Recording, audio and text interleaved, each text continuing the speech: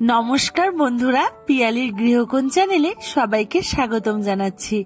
আজকে হলো মহাসপ্তমীর সকাল, তো খুব সকাল সকাল উঠে পড়েছি আর আজকে মা ঘরে ঢুকবে, তাই তার প্রস্তুতি নিচ্ছি।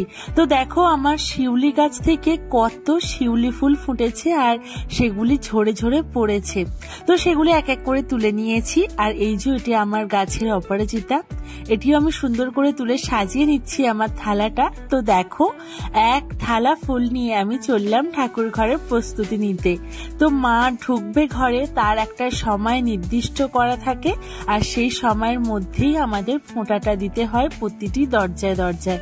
তো এই নিয়মটি আমি 10 বছর ধরে পালন করে আসছি আমার বিয়ের পর থেকে, তো এবছরও তার ব্যতিক্রম নয়।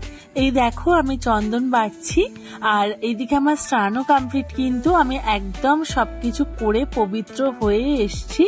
তো এবার দেখো এই যে ফলটা রয়েছে, এই ফলটা কিন্তু এখানে কিনতে পাওয়া যায়, তবে এটি আমার মা দেশ থেকে পাঠিয়েছে।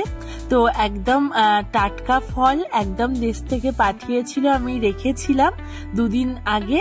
তো দেখো সেই ফল দিয়ে আমি ফোঁটা দিচ্ছি, এটাই নিয়ম। তো অনেকের কাছে এই ফলটা থাকে না, তারা হয়তো অন্য কিছু দিয়ে দেয়, কিন্তু 10 বছর ধরে আমার মা আমাকে এই ফলটা পাঠিয়ে আসছে। তো আমি এই ফলটা দিয়েই ফোঁটা দিই, আর তার সাথে এই যে ধূপ বাতি সবকিছু জেলে একটু দরজার সামনে দেখিয়ে শাঁখ বাজাতে হয়। তো এইসব করে টিফিন কমপ্লিট করেছি। করে এই যে দেখো সকালেই তো স্নান সেরে নিয়েছিলাম, তো তারপর এই যে শাড়ি টাড়ি পরেছি। আজকে একটু বেরোনার ডেট ছিল, লাঞ্চ ডেট ছিল, আর তার সাথে আমার বন্ধু আসবে, আমার ছেলের বন্ধু আসবে, সবাই মিলে আজকে ঘুরবো, সারাটা দিন আনন্দ করব। তো সেরকম একটা প্ল্যান ছিল। এই যে আমার ছেলেও রেডি হয়ে গেছে। তো পরবর্তী ব্লগে আমি আরো অনেক কিছু শেয়ার করব তোমাদের, তার জন্য কিছুক্ষণ অপেক্ষা করতে হবে।